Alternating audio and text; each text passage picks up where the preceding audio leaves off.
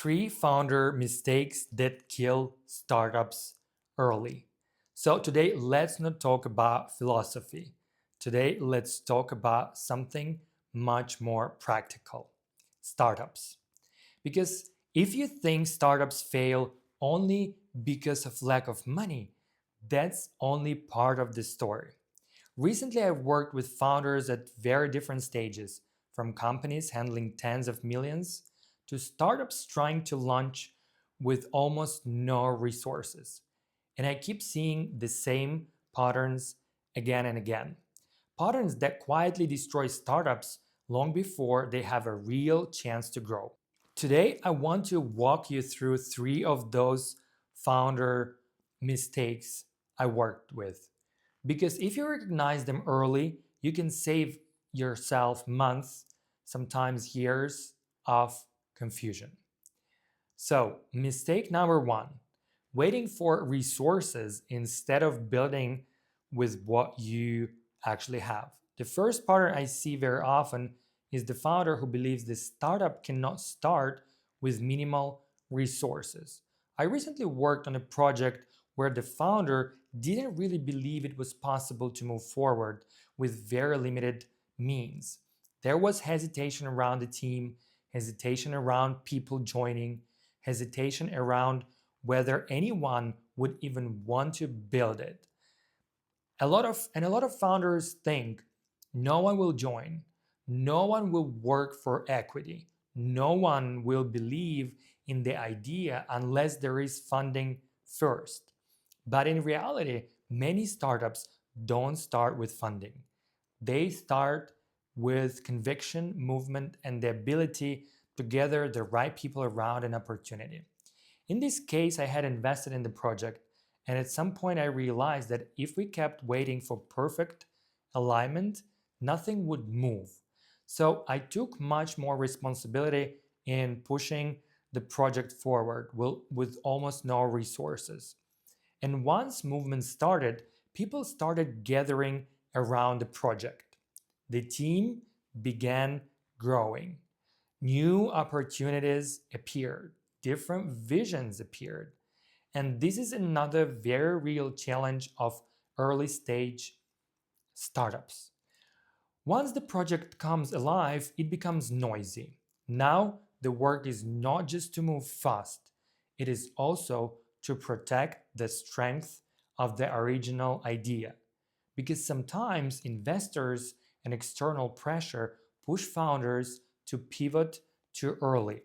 But often, the initial idea, the one that comes from the founder's vision, is actually the strongest part of the company. It's hard.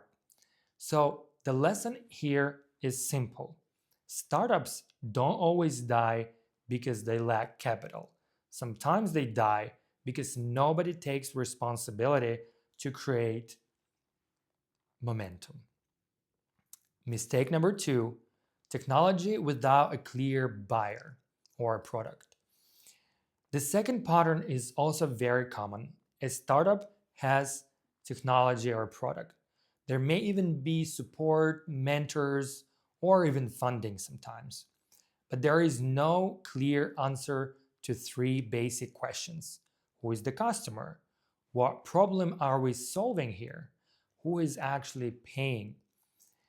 I once worked with a founder who had technology and support around the project, but there was still no real clarity about who this actually was for. And I think the problem in cases like this is not only strategic, it is also psychological. Because sometimes the founder stops listening to their own entrepreneurial instinct. Instead, they start listening too much to the market, or to mentors, or to investors, or to the people who uh, actually funded them. And slowly the project becomes shaped by external voices instead of internal clarity. Yes, founders need to understand the market, obviously. But if the project loses its internal energy and direction, it starts drifting. The drift can go on for years. So the second lesson is simple. Technology alone is not a startup. If you cannot clearly explain who buys, who they buy, and why now, you don't have a real business. So let's move to mistake number 3. Asking clients when the real problem is the product. The third pattern is one of the most dangerous. A founder says, I just need clients. I don't need strategy. I don't need diagnosis. Just bring me customers. Just connect me with your network.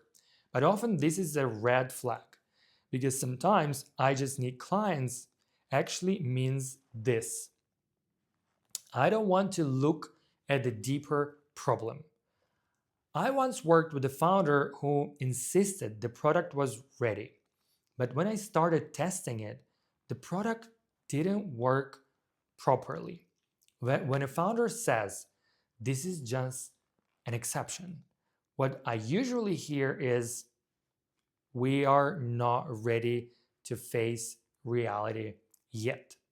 When we started exploring deeper, it became clear that the original idea had already changed several times.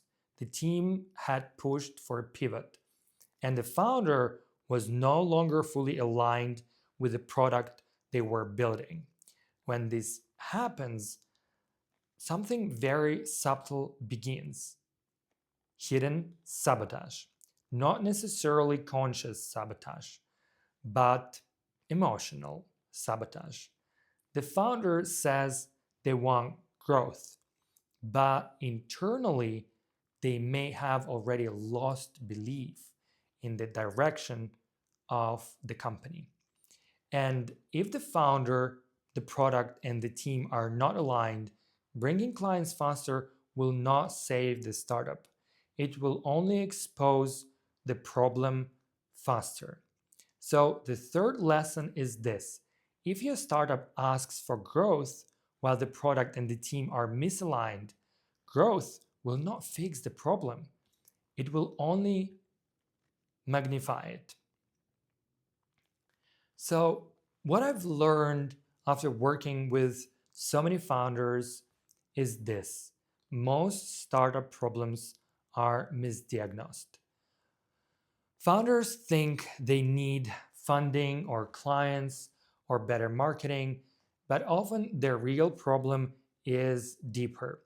It might be the founder's conviction, the product, the team alignment, or the lack of a clear customer.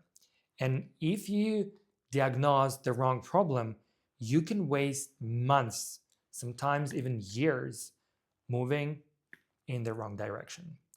This is actually the kind of work I do with founders, and I love it. Not building this startup for them, but helping them see what is actually happening inside the project. And if you're building a startup and feel stuck, confused, or moving slower than you expected, reach out. Sometimes the honest strategic conversation can completely change the direction of a startup.